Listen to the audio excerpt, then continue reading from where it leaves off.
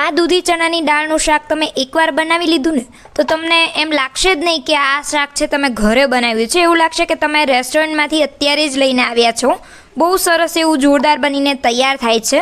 તો તમારે છે સૌથી પહેલાં કુકરની અંદર છે તેલ લઈ લેવાનું છે.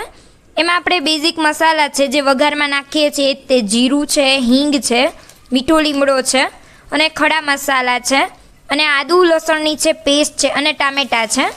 પછી આપણે જે વઘારિયામાં મસાલા હોય છે, ધાણા જીરું છે, હળદર છે, મરચું છે, એ લઈ લીધું છે. અને આ કેટલું માપ મેં લીધું છે એનું માપ છે મેં ડિસ્ક્રિપ્શનમાં આપેલું જ છે, ચિંતા નહીં કરતા.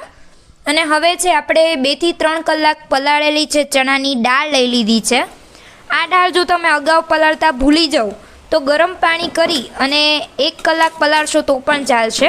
અને અડધી સમારેલી છે દૂધી લઈ લીધી છે. હવે આપણે સ્વાદ પ્રમાણેમાં મીઠું અને પાણી એડ કરવાનું છે. પાણી છે તમારે આ શાક ડૂબે એટલું એડ કરવાનું છે. ત્યાર પછી કુકર ઢાંકી દેવાનું છે અને કુકરને છે પહેલાં તો ફાસ્ટ ગેસ રાખવાનો, પછી સાવ ગેસ ધીમો કરી અને 2 સીટી વગાડી દેવાની છે. તો જુઓ સરસ આપણી દાળ છે એ બફાઈ ગઈ છે અને રસો પણ છે બિલકુલ બળી ગયો છે. તો ઉપરથી છે આપણે થોડું પાણી રેડી અને એની થિકનેસ છે એને મેન્ટેન કરવાની છે. તો તૈયાર છે એકદમ રેસ્ટોરન્ટ સ્ટાઇલ દૂધી ચણાની દાળનું શાક. હવે રાહ કોની જુઓ છો, તમે પણ આ શાક બનાવો અને સબસ્ક્રાઈબ કરીને જાઓ.